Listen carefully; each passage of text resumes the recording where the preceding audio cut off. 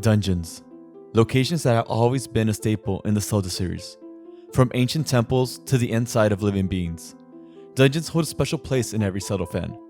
So when they were replaced by the Divine Beasts in Breath of the Wild, well, many weren't too happy. Now, there seems to be hope that traditional dungeons will make a reappearance in Breath of the Wild too. So today we will cover possible dungeon locations and the mechanics behind some of these possibilities. Let's begin.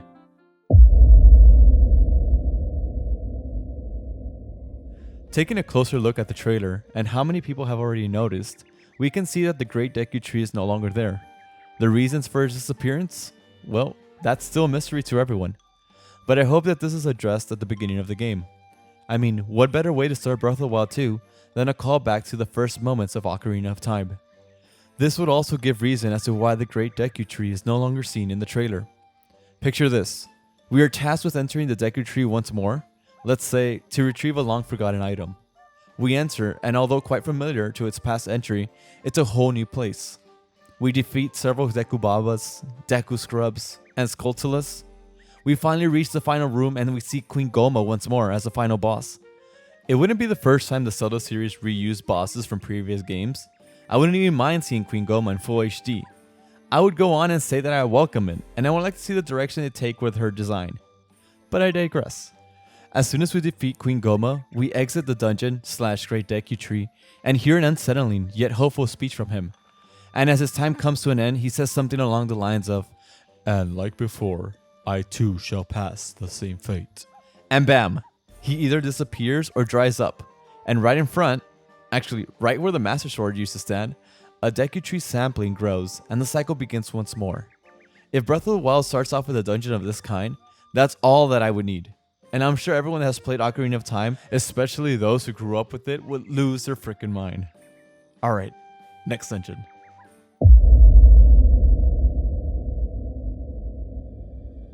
When I first visited Zoros Domain in Breath of the Wild, I was amazed by its overall appearance. I mean, just take a look at it. A long bridge to get to their city, which is found right at the center of all these mountains. It looks like an elvish city hidden away from society. So where would be the best place for a dungeon to be located in Zoros Domain? Well, right at the center of it. Literally and figuratively. The center of the domain being the king's chair, and well, the king could figuratively be seen as the center of the Zoro race. Now, how would this work, you may be asking? Well, let me tell you. So remember the Zoro stone monuments found around the domain? They talked about the history of the Zoras and seemed like they were going to play a huge importance, at least to what was happening in Zoros Domain. No? Anybody else? Or was that just me? Anyways, what I think will happen is that with the resurrection of Ganondorf, a different message will appear on these walls that will aid the hero in accessing an area, aka the dungeon of the area, to acquire what is needed to fight the Garuda King once more.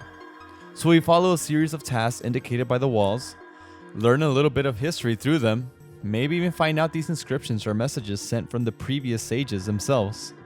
Finish the tasks, bada bing bada bong, the king's chair slowly starts moving and a downward staircase appears that leads you to an underground dungeon, which could potentially be connected to the other underground areas that are speculated to be in the game. But hey, that's just a theory. In almost any story-driven game that contains different geographical biomes, I always gravitate towards loving the desert area. Why so? Well, it could possibly be because of the mysteries that each desert holds, or maybe it's the ancient history and culture that is usually tied with these desert locations, or maybe it's the great Arabic Indian music that's always associated with deserts. For all these reasons, I would love to see a desert dungeon happen. With the Gerudo Desert being such a vast location, there are plenty of areas where this dungeon could be located. The most popular location that catches my and a lot of other people's attention is usually the Arbiter's Ground and the statues of the 7 heroines. These are all great places, and I was actually leaning towards wanting the location to be found in the Arbiter's Grounds, but I would actually like a new location to be discovered in-game. Now, how would this become possible, you ask? Well, easy. All the developers need to do is use my favorite video game desert mechanic, the Desert Temple emerging from beneath the sands mechanic. It's been used in several games, but I don't get tired of it. The mystery it brings, the possibility that runs through one's mind when seeing a great architectural wonder appearing before your eyes are just countless. Now, this dungeon could also work into the story by giving answers to 1,000-year-old questions. Guys, I really love desert areas. Sorry, I can't hide it. I'm really hoping this is implemented in some sort of way, and if you're in love with desert world biomes as well, please let me know. I can't be the only one, right?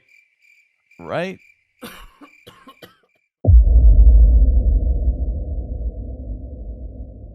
With the new Breath of the Wild 2 trailer, it's almost impossible not to speculate on there being a dungeon up in the sky. This wouldn't be the first time we saw a dungeon of this sort. In Twilight Princess, we had the city in the sky where we fought one of my favorite bosses, Agorok. And then in Skyward Sword, well, you know, half of the time was spent up in the sky. Now, there weren't any dungeons in the Sky Islands in Skyward Sword, so this is where our dungeon speculation comes into play. What I would love to see is the Thunderhead make a return as a dungeon.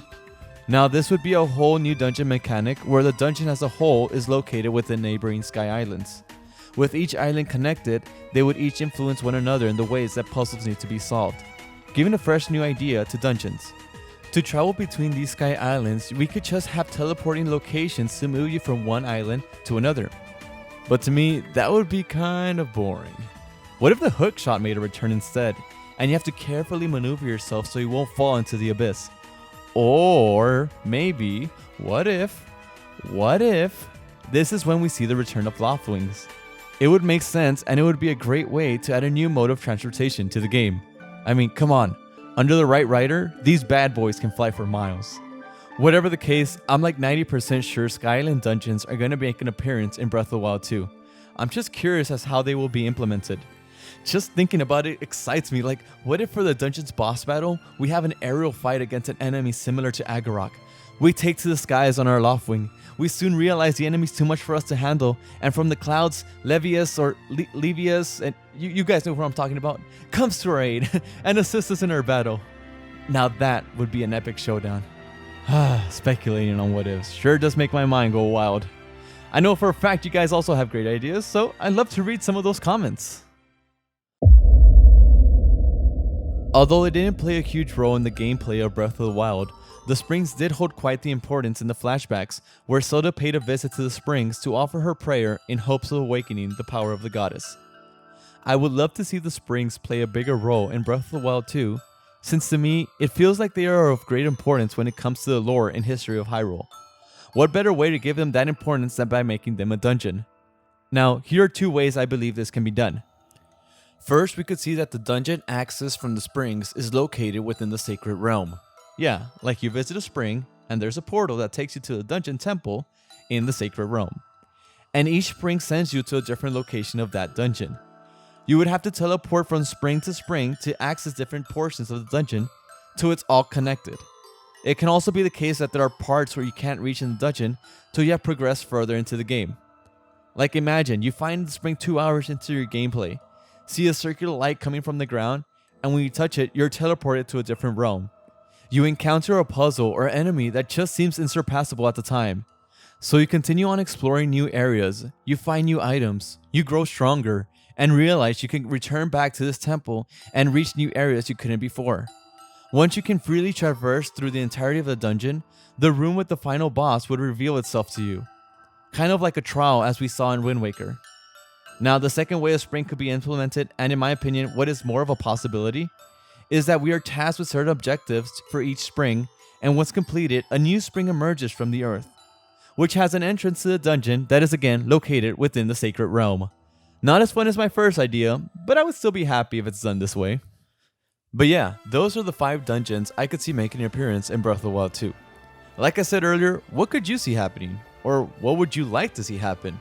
Let me know. I really like hearing from you guys. And I want to thank you guys also for the support you have shown the channel.